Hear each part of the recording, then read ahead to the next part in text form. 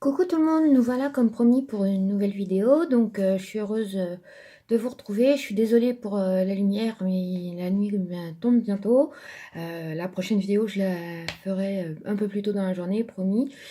Donc aujourd'hui, je vais vous faire une vidéo pour vous faire un petit mini podcast sur mon costume d'Halloween, notamment celui que j'avais fait sur ma maman, pour ma maman, pardon. Ça va notamment juste pour vous montrer mon premier pantalon. Et ensuite, donc il rentrait dans le cadre d'une semaine un patron, donc puisque j'ai fait le challenge, c'était le thème d'Halloween ou de l'automne. Donc là, en l'occurrence, c'est moi qui ai fait un patron maison. J'ai repris à partir d'un pantalon déjà existant. Et ensuite, je vais vous montrer ma dernière cousette que j'ai fini tout à l'heure. Donc, parce que j'ai décidé pour vous donner, pourquoi pas des idées, de vous faire une vidéo.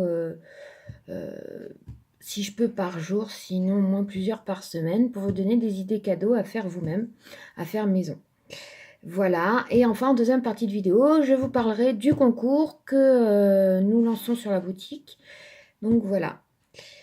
Alors, le costume, donc ma mère, pour ceux qui n'ont pas suivi, voulait se déguiser en Beetlejuice, donc avec un costume rayé, mais au niveau de la perruque, elle avait peur que ce soit trop compliqué, donc finalement on l'a déguisée en prisonnier. Donc c'est moi qui ai été en charge de fabriquer son costume. On est parti, donc je suis partie d'un vieux drap à rayures qu'elle avait, donc ça a été plus simple, comme ça je n'avais rien à faire au niveau coloration du tissu. Donc je suis partie sur, au lieu de faire une seule combinaison, j'ai fait une tenue en plusieurs morceaux. Donc j'ai fait un haut, un pantalon séparé, une petite calotte pour et l'étiquette. Donc voilà. Alors je vais commencer par la calotte. C'est la plus simple. Donc vous voyez, je suis partie d'un rond. Alors ma mère fait 56 de diamètre, 56 de tour de tête, pardon. Donc je suis partie sur un rond de 20 cm de diamètre. Et ensuite j'ai repris une bande de 56 de longueur, mais j'aurais pu la faire un tout petit peu plus petite puisque ça fait des mini plis, et j'ai fait sur 8 cm de large. Et en fait j'ai tout simplement ensuite, donc j'ai cousu au fond du chapeau, et en fait ensuite, comme c'était un peu court, elle m'a demandé de rajouter un rebord. Donc j'ai pareil fait une mesure de 56 de longueur, et là j'ai fait sur 4 cm de large que j'ai plié en deux pour faire deux, et après c'est cousu endroit contre endroit à la surjeteuse, tout simplement. Donc voilà. Ensuite, donc le pantalon, alors le voici. Désolée, il est un peu froissé parce qu'il sort de la machine. Hein. Lors de ma dernière vidéo, il était à la machine.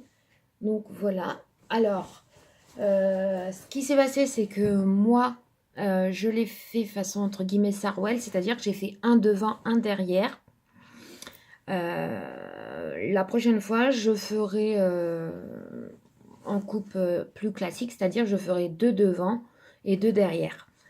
Parce que du coup, ça a été un petit peu juste au niveau de l'entrejambe et on a dû rajouter des bandes. Donc voilà. Alors excusez-moi. Donc vous voyez ici, comme je vous disais, au niveau de l'entrejambe, donc il n'y a pas de couture. Donc je l'ai cousu entièrement à la surjeteuse. Donc comme vous voyez, j'ai cousu à la surjeteuse. Alors, afin d'avoir un peu plus d'aisance, j'ai été obligée de rajouter une bande. Donc, j'ai fait tout simplement une bande de la longueur de mon pantalon. J'ai prévu bien évidemment la ceinture où est passé l'élastique. Voilà, que dire, en bas, j'ai fait un ourlet simple. Et j'ai fait une ceinture où j'ai passé un élastique pour que ce soit plus facile, plus intéressant, enfin en tout cas plus simple, en tout cas pour ma maman, pour le porter. Et et j'ai ajouté les poches. Donc, et le petit détail, j'ai au niveau des poches, j'ai fait un raccord pour que les bandes correspondent bien. Donc voilà, je suis plutôt satisfaite de ce premier pantalon, même si il y a dû faire des petits ajustements. Bon, bah voilà, ça arrive. En tout cas, j'avais peur que de décalquer un patron à partir d'un vêtement, en tout cas à partir du pantalon, ce soit difficile. Ça n'a pas été le cas. Par contre, il faut vraiment que je prévoie un peu plus au niveau des marges de couture parce que je me suis rendu compte que voilà. Et sinon, comme je vous dis, honnêtement, effectivement, si vous souhaitez faire un pantalon, faites deux devant, deux derrière pour laisser plus d'aisance au niveau de l'entrejambe. Voilà. Pour le haut, par contre, vraiment très simple. J'ai refait comme mon premier vêtement. Donc, je vous invite à regarder ma vidéo sur mon premier vêtement. Donc, c'est le patron de Tendance Couture. Donc, toujours aussi simple. J'ai, vous voyez, à manche entre guillemets 3/4. Mais la prochaine fois, je pense que je réduirai les bouts de manche afin de faire quelque chose de plus serré. Voilà, le col arrondi, tout simple, donc pareil. Et je l'ai entièrement surjeté puisque c'est une tenue que ma mère pourra mettre en dehors d'Halloween, notamment pour l'été, car elle aime beaucoup. Petit détail qui tue, la petite étiquette avec son numéro de prisonnier. Donc là, rien de plus simple, hein. J'ai fait une petite bande que j'ai cousue sur l'endroit, retournée, voilà, et j'ai écrit au marqueur. Comme ça, en faisant l'étiquette à part, je savais que si elle souhaitait, elle aurait pu remettre la tenue. Voilà. Donc maintenant, je vais vous parler d'unité cadeau pour Noël que j'ai fait très rapidement puisque j'ai décidé de faire cette année tous mes cadeaux de Noël. Donc voilà, alors donc il s'agit d'un petit ensemble donc avec un gant de cuisine et un petit essuie-tout lavable. Donc voici le gant de cuisine qui peut servir également pourquoi pas de dessous de plat. Donc vous voyez, il y a une partie, j'ai recyclé une vieille serviette. Ça c'était des sets de table, un petit bout de biais et voilà. Il me reste juste le petit anneau pour accrocher au crochet à ajouter. Et ensuite, donc avec l'ensemble de cette de table, donc j'ai fait une petite housse avec l'essuie-tout. Donc pareil, c'est les mêmes, ça fait partie de l'eau des sets de table que j'ai utilisé pour le dessous de table gant de cuisine. Et j'ai rajouté juste un petit peu de biais. Et en fait, donc le essuie-tout se décompose en 6 morceaux comme ceci. Donc j'ai fait des carrés de 25 par 25. C'est ma serviette que j'ai découpée. C'est la même serviette voilà, que j'ai fait en tout. Ça me faisait 8 morceaux, je crois. Et après, c'est tout simple. J'ai pris des mouchoirs en tissu. Donc figurez-vous que j'ai trouvé en bas de la rue un grand sac avec plein de vêtements, des draps, des mouchoirs en tissu, etc. Plein de choses. Donc je l'ai ramené à la maison. On a fait le tri bien sûr. On a acheté ce qui était pas bon, ce qui était sale ou abîmé. J'ai lavé le tout et voilà ce que ça donne. Donc j'ai essayé de trouver des choses qui pourraient aller à peu près en assortiment. Donc voilà. Alors, j'ai également profité pour faire des tests, je ne sais pas si vous voyez, de points fantaisie sur ma machine. Donc, je rappelle que j'ai la FS40. Donc, au niveau du point fantaisie, j'ai utilisé le point 16 et le point 20, je crois. Je vous remettrai en barre d'infos les points que j'ai utilisés. Donc, il y avait celui-ci, là, un autre petit mouchoir. Il y avait également celui-ci. Je ne sais pas si on voit bien les points fantaisie.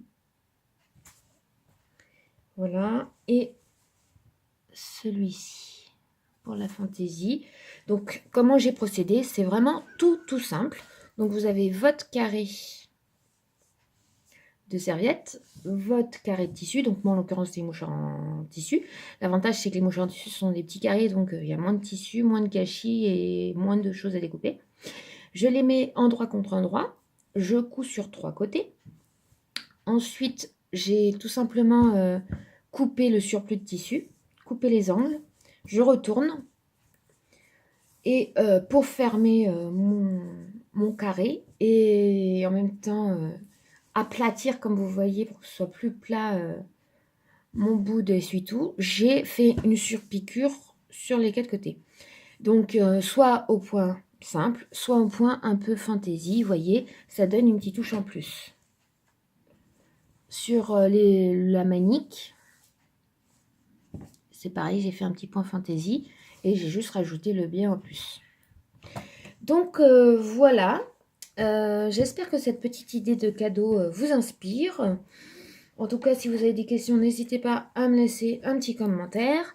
Je vous mettrai, comme je vous ai dit, régulièrement des vidéos tout le mois de décembre pour vous donner des idées cadeaux.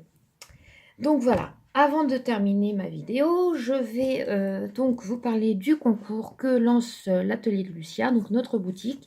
Donc c'est un concours qui va être ouvert, on est le 7 novembre.